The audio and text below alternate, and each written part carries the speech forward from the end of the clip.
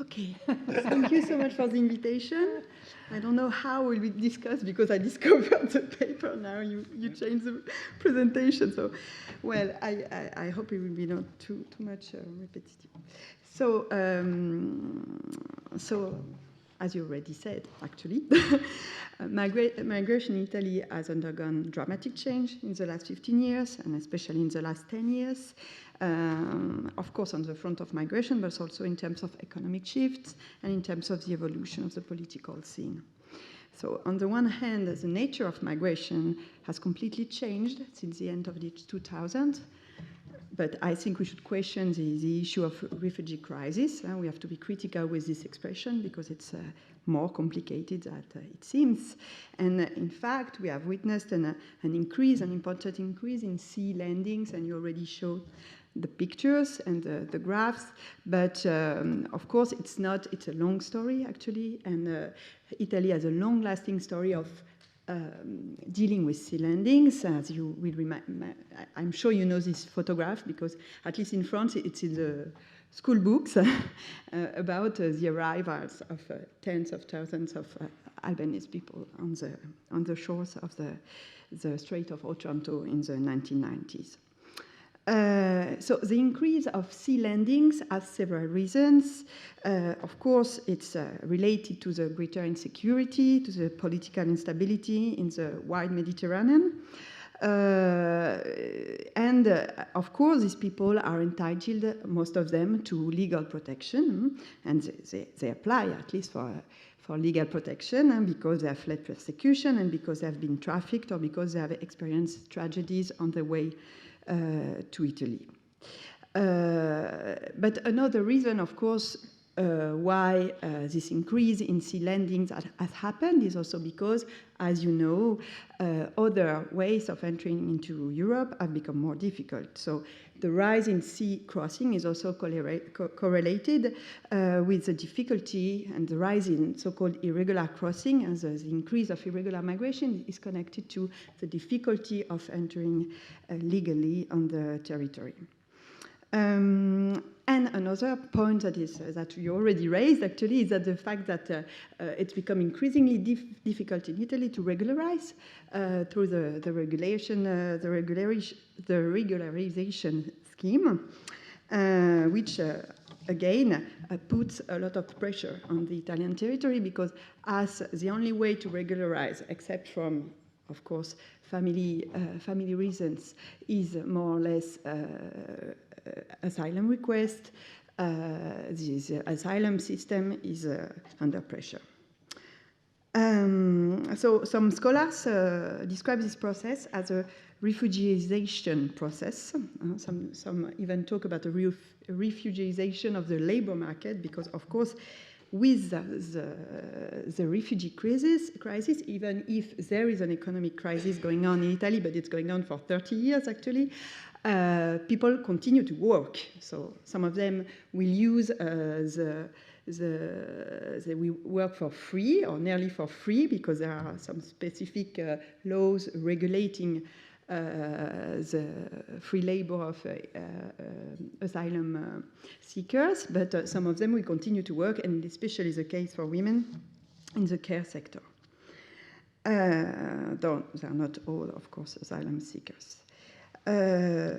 So this issue of arrivals in Southern Europe have affected mainly Greece and Italy, as you know, and have a strong impact on the outlook of the European Union in terms of discussing whether we should share the burden. Because, of course, according to international and national norms, people arriving in Italy need, first of all, to be rescued at sea. And the sea is a very important feature of discussions in Italy, and I will come back to this, but also because people need to be granted the basic logistical operations related to the processing of these people, so fingerprint, of course, screening, and what Italy calls the prima accoglienza, which is the first reception, so everything you need when you arrive, so temporary shelter, basic health and sanitary care, and so on. As you know, also, hotspots were located nearly all of them on islands. And so islands in this moment, in this specific moment, the 2010s, 2015 actually, became very important in the geopolitical frame of the Mediterranean. And as you know, the model, the hotspot model, failed completely, and this is one of the reasons probably why the opinion so drastically changed in Italy. So one point is also about the evolution of the Mediterranean model. There is a huge literature in the 1990s and 2000s on the so-called Mediterranean or South European. Since we are talking about also making parts in the book, I think it was an important point. It was not only latecomers to immigration, but they shared many features. So Italy and Greece, of course, Spain, Portugal, and Malta, Slovenia, and so on. And in some ways, the Mediterranean model during the 2010s exploded completely.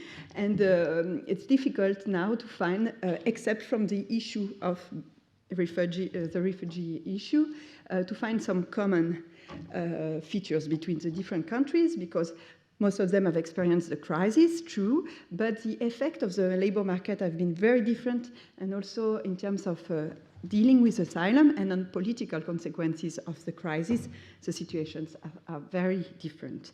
But the common feature is that it seems that the figure of the migrant worker has completely disappeared from the discussion on these countries. And my claim would be, though of course with the economic crisis, the number of migrant workers has not increased, but my point would be to continue to discuss this idea of migrant work. So I will be very, very, very short. Another point I wanted to make is the fact that we need to look at the shift in the political game from the land to the sea. So how the sea became somehow a political battleground. And of course, a very important moment. 2011 is very important because it was the Tunisian crisis, and the way the crisis has been dealt with, both in Europe and in Italy and in France, actually, is very important to understand why the consequences and in terms of Italian policy. But then Mare Nostrum, of course, is the most important episode. Because there is, if you can see, if you remember Ted's graph on the opinion towards immigration, this is the moment. 2014, this is the moment in which the opinion drastically changed because Italians saw Mare Nostrum as, and the first operation after the shipwreck in 2013 as a very important moment in building a kind of national pride on issues of solidarity.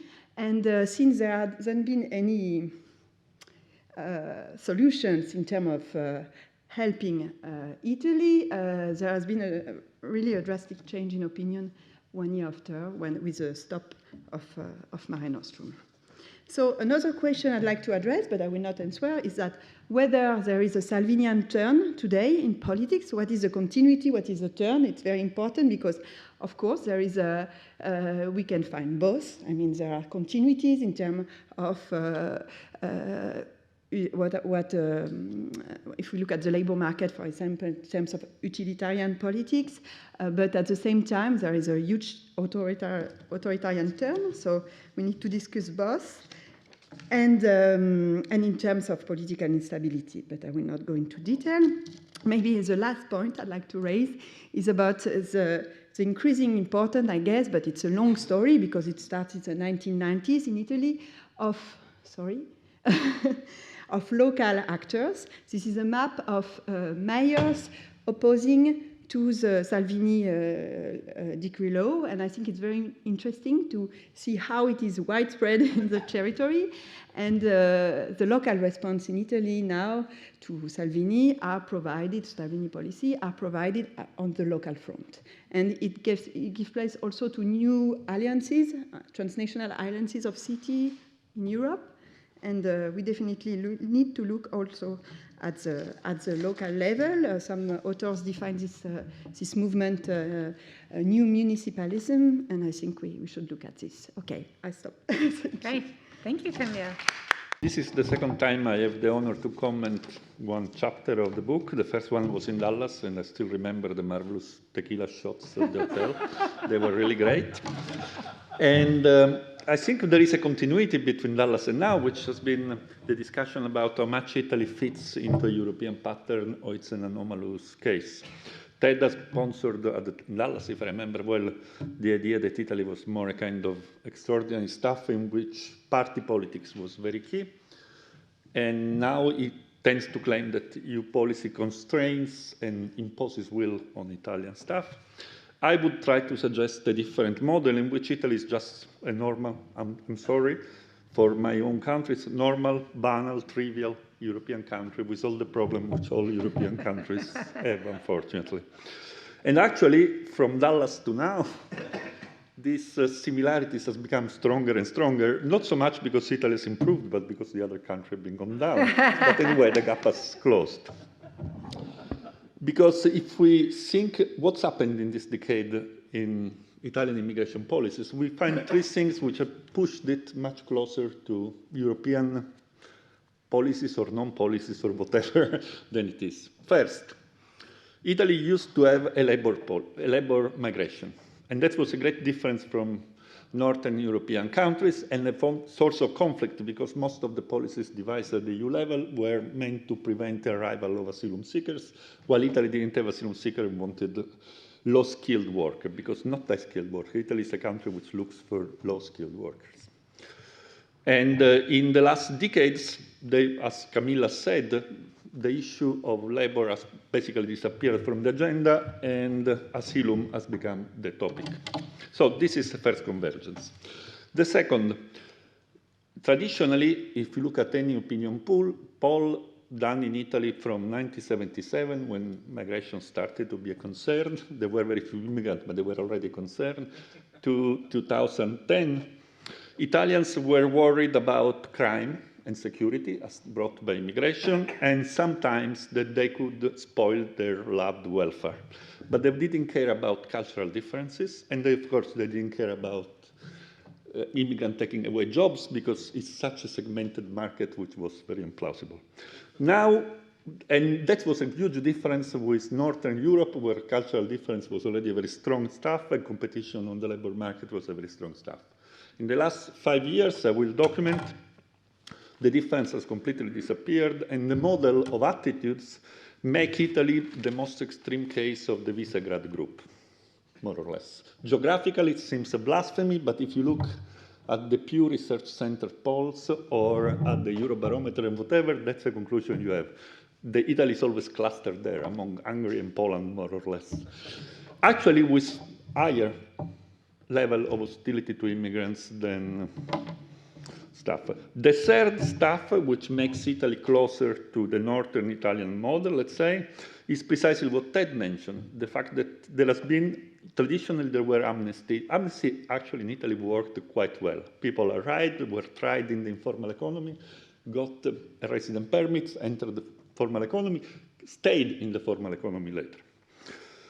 But now, in part for legal reasons, in part for economic reasons, actually there is a segment of people who cannot be deported but cannot be integrated either, which is exactly the problem of irregular migration as in decades of discussion with my Dutch, Norwegian, Swedish colleague, I always had to deal, explaining that in Italy that was not a problem. Irregular people knew that they would be regularized in a few years and whatever. So in this sense, Italy has become, even more than in the past, a European country, which makes it much more exotic as it should be.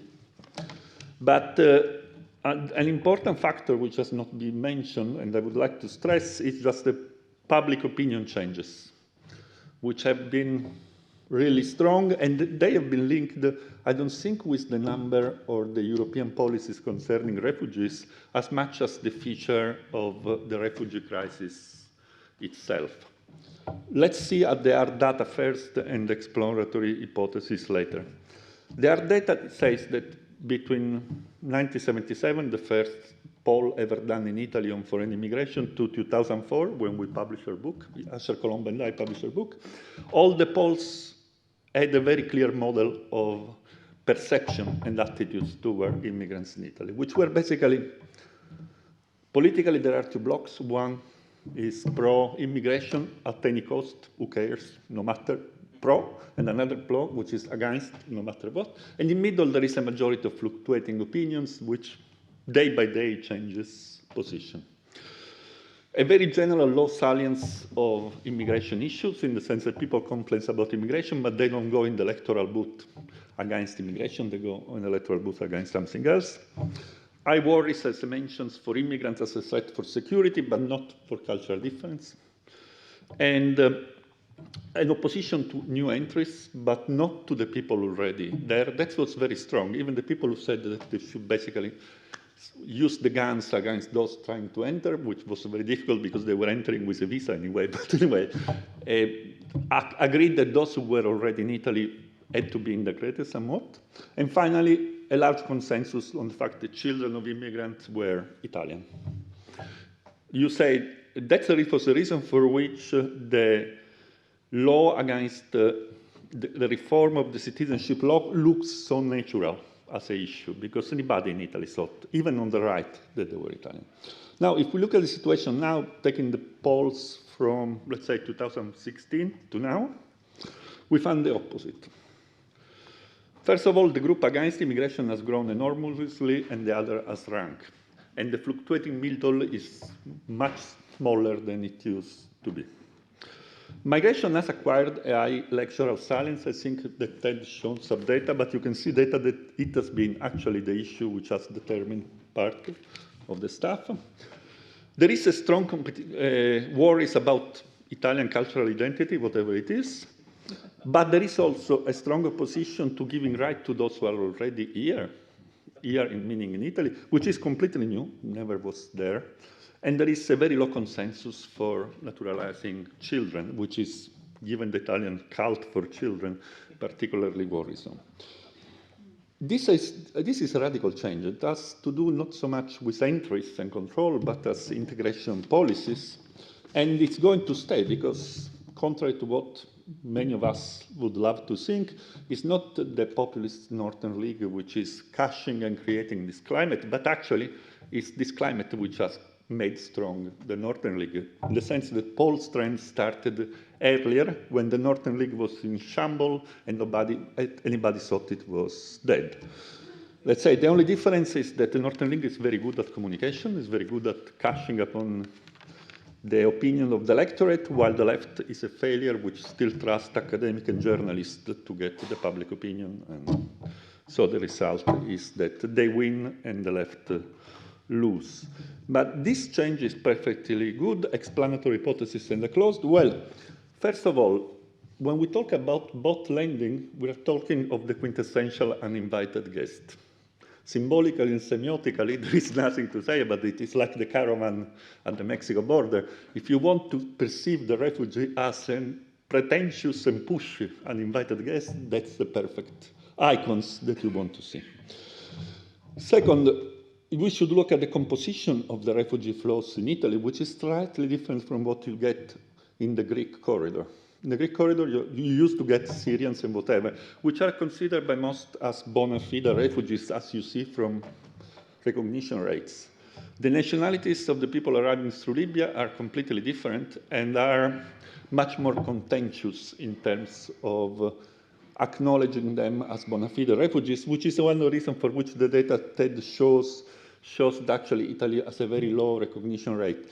If you do it that it should be done, not comparing recognition rate by countries, but comparing recognition rate by nationality in all countries, you will realize that the nationality which compose the Italian flows are actually with a very low recognition rate across Europe, not only in Italy. They have very gloomy employment prospects, and finally, and we shouldn't forget because I didn't mention, they are young, male, and black. Race is a key issue. Immigration in Italy from the early end of the 90s had considerably widened up. People were arriving from Eastern Europe, and they were, well, as it happens, white, while refugees are black. We may forget these key points, but we have ample evidence that race is a key factor in this kind of opposition. So I'm finishing. I promise when Jim will organize the conference for the 5th edition of the book, which I hope will be very soon, right, Jim? I count on you, don't disappoint me. There will be 2 questions that we should answer at the time. First, is this change a temporary phase, or is actually the beginning of a new phase? And Ted, sorry, that will be your work to write for the moment. And second, how strong is really the liberal regime? Because the liberal regime in Italy has been traditionally very strong in protecting immigrants, but it was opposing very conflictual and very divided governments with public opinion radically split. Now, public opinion is pretty strong, and the government, at least in the northern section, is pretty decided. Will it resist? Jim, I count to your next conference for answering it.